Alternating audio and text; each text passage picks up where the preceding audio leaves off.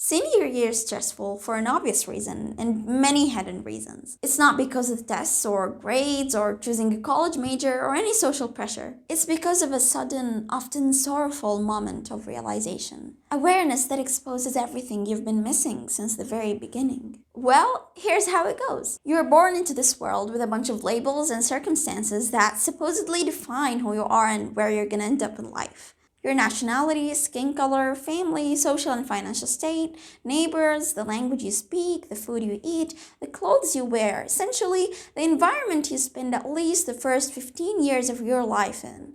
But guess what? You choose none of that. And then right after you learn how to hold a spoon or walk without your hands flying in the air, you go to a socially sacred place called school, which is basically a tool used by officials to make people good citizens or by parents to make their kids educated. It sounds great, but what society does not realize is that this system limits children's freedom. You're basically taught how to think, behave, love or hate. The standards of what's good and bad, acceptable or frowned at, normal or abnormal, are fed without a real scale that respects the logic of your mind or the sentiments of your heart. And don't you dare complain about it. You're raised to acquire specific skills and follow certain rules.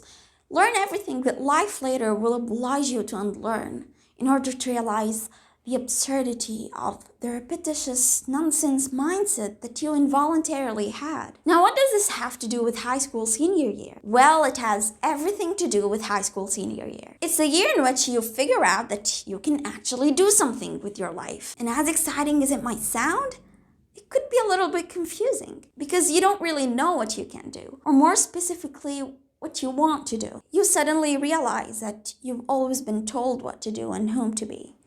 You never had control over your life.